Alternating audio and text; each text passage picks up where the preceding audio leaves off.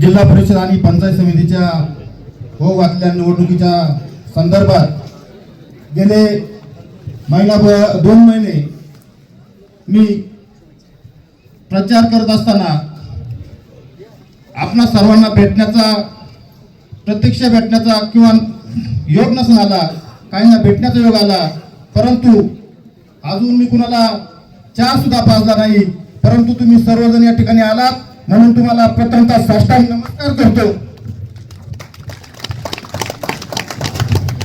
आदरणीय व्यासपीठ, ही निवडणूक लढवत असताना आमचे सहकारी निखिल भाऊंनी जे नियोजन दिलं, त्यांचं म्हणणं असं आहे, आमचं म्हणणं आहे पिंपरीकरांचं, आम्ही कसं नियोजन करतोय दादा हे सांगतो। आम्ही एक 40 जणांची कार्यकर्त्यांची टीम तयार केली होती। ज्या दिवशी निवडणुकीला आपल्याला जायचं, आम्ही एक ग्रुप तयार केला। आपले सोशल मीडियाचे जे काही येईल ते त्या ग्रुपवरती जातं, त्या ग्रुपवरती आमचे दुसरे बाकीचे ग्रुप हे कार्यकर्ते सक्रिय करतात, ते फेसबुक चालवतात, ते इंस्टा चालवतात, मग ते व्हायरल होतं। त्याच्यानंतर ज्यावेळेस प्रत्यक्षात आपण उतरलो रिंगणात, आमचे सहकारी आज मी तिला किमान 60 ते 70 कार्यकर्ते मोटरसायकलवरती प्रत्येक गावात जातात, आमच्या महिलांच्या गाड्यांमध्ये बसतात, त्यांना प्रत्येक भागात डोर टू डोर करतात। या पद्धतीने संध्याकाळी आम्ही घरी बसतो, कुठल्या भागात आपण कमी आहोत, कुठे आपल्याला मायनस उत्तर आलंय, कुठं आपण व्यवस्थित आहेत याचा सर्व आढावा देतात आणि नंतर दुसऱ्या दिवसाचं नियोजन करतात। उद्या कुठं जायचंय, दुपारी कुठं जायचंय, संध्याकाळचं काय नियोजन आहे, या पद्धतीचे आमचे सर्व सहकारी काम करतात। आणि ह्याच पद्धतीचं जर नियोजन अण्णांच्या मार्गदर्शनाखाली होणार आहे याच्यात कुठली शंका नाही। अण्णांचं नियोजन हे निवडणुकीचं विजयाचं नियोजन असतंय। प्रसन्न अण्णा काय असल्या